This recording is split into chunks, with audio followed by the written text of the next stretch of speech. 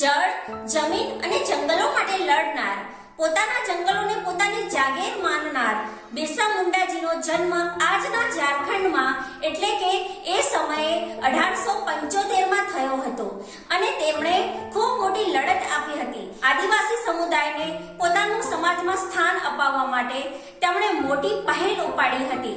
આ સમુદાય માટે તેમણે પોતાનો અવાજ ઉપાડીને સાબિત કર્યું હતું કે આ સમુદાયના લોકો પણ કંઈક કરી શકે છે, તે પણ દેશના વાસીઓ છે. તે સમયમાં મોટાભાગના જંગલોમાં આદિવાસી સમુદાય રહેતો હતો, પોતાનું ગુજરાન ચલાવતો હતો.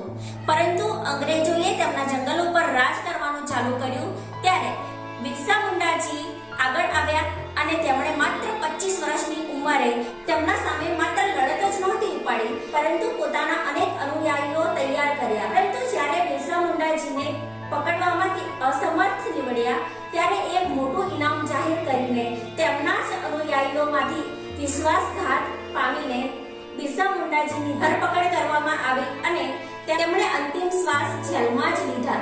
આ રીતે તેમનું મૃત્યુ થયું. તેમનું મૃત્યુ અનેક લોકો માટે દુઃખદાયી સાબિત થયું અને તેમને તેમના લોકોએ ભગવાન બિરસા મુંડાના નામથી ઓળખવાનું ચાલુ કર્યું. બિરસા મુંડાજીના જન્મના 150 વર્ષ પૂર્ણ થાય છે ત્યારે તેમને કોટી કોટી વંદન. તેમના ત્યાગને આજે પણ યુવાનો યાદ કરે છે.